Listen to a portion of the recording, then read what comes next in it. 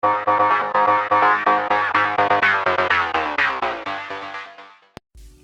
guys, this is RC Films. Today I have something pretty special to show you.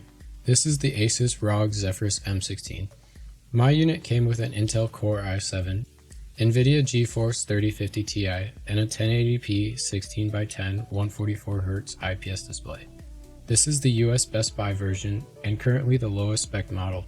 But let me tell you, it's nowhere from underperforming. It currently costs $1,449 here in the United States. $400 cheaper than its older brother with the i9 and 3060. This unit also comes with 16GB of memory, a 512GB NVMe SSD, and Wi-Fi 6. The graphics card boasts 4GB of video RAM and a TGP of 60 to 70 watts. The CPU, on the other hand, is a powerhouse of a processor. Packing in 45 to 70 watts of power, this thing keeps up with the i9 and R9 competitively. But more on that later. I'm disappointed to not see an Intel Wi-Fi 6 card in this thing, but the MediaTek card is still better than your average last generation Wi-Fi card. My device came with 8GB of onboard memory with another removable 8GB connected to the board. In theory, this chipset can handle 40GB of memory. Currently, this configuration runs in dual channel mode, and increasing the one stick will make it run in single channel mode and you will see performance hits. Just a thing to consider with one of the sticks being soldered on. This 16-inch laptop is stuffed into a 15-inch chassis, which is perfect because the only size increase on the display is vertical, eliminating the bottom bezel. This laptop is still considered to be a thin and light laptop because it is still technically a 15-inch chassis.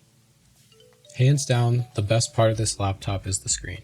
This is a very nice display. If you can't tell, this is exactly what I want out of a laptop. The display is the most important part of any unit as it is the thing you look at 95% of the time. 1080p is a great option too because you will save battery life, and unless you are an owl, no human can tell the difference over 1440p. I almost never have this on full brightness. This display is extremely bright, and if I'm in the dark, the screen is turned down almost all the way.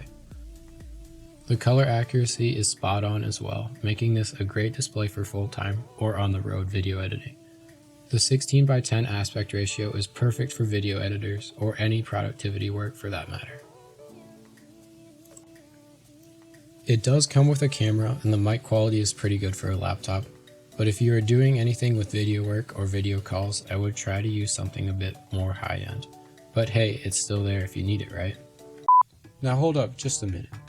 These videos take a lot of time and effort to make, so I really appreciate it if you hit that subscribe button. And if you're on the Brave browser, don't forget to go up to the Brave Rewards icon and send me a tip. The keyboard is great. It's refreshing to see a high quality keyboard on a gaming laptop. Peripherals on gaming laptops are getting better and better. We're finally to a point where gaming laptops are getting the same attention as the high-end Ultrabooks. If anything, this is just a beefy Ultrabook. This laptop has just about everything as far as ports are concerned. The only thing I would say it is missing is a full-size SD card reader. Contrary to popular belief, people still use other ports than just USB Type-C, and it's nice to see that Asus recognizes that. Oh, and did I mention it has Thunderbolt? Perfect for the upgradability path down the road. The build quality of my unit was exceptional. Most G15s and M16s that I have seen on other videos and in person have this crazy bow in the screen. Mine has it a bit, but is not nearly as noticeable. Without directly comparing it to anything else, you wouldn't be able to tell the difference, and it's not a big deal. Absolutely no other quality control issues were present on my device. Inside you have 2 NVMe slots and 1 RAM slot. The other RAM module is soldered onto the motherboard and is not upgradable.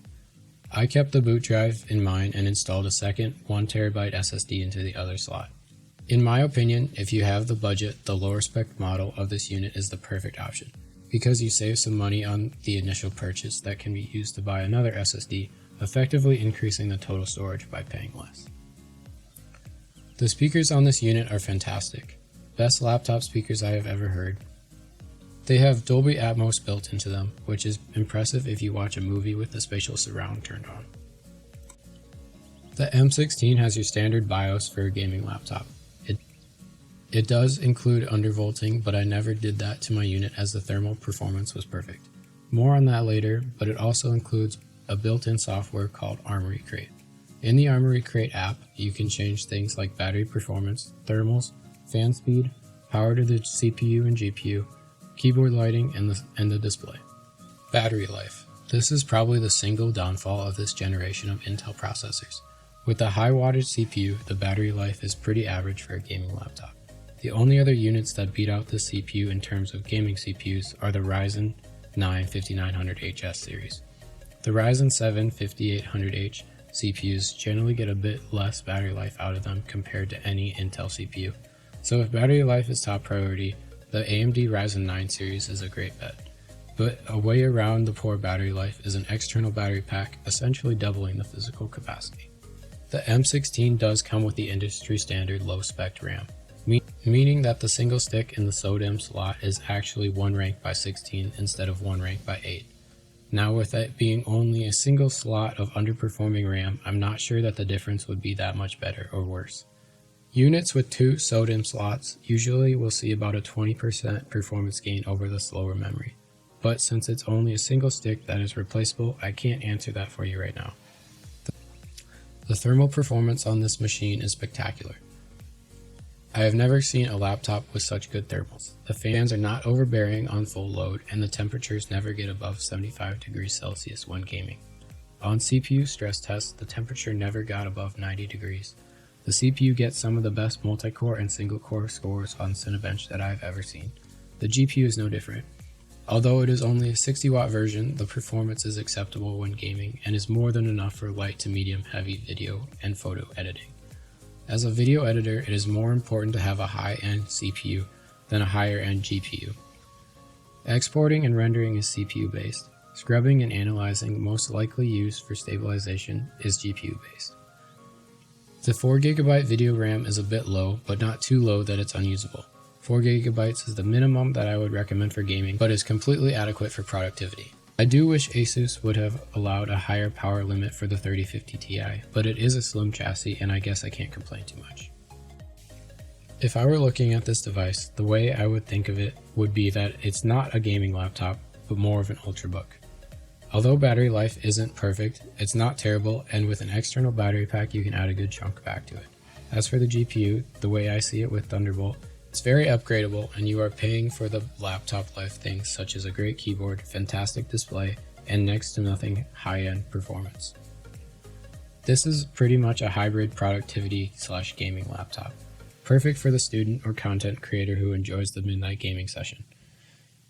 If these things suit your fancy and battery life isn't the most important thing, this is a fantastic unit for you. Thanks for watching, and don't forget to support me by using the Brave browser. Or if you enjoy this type of content, consider subscribing. Catch you next time.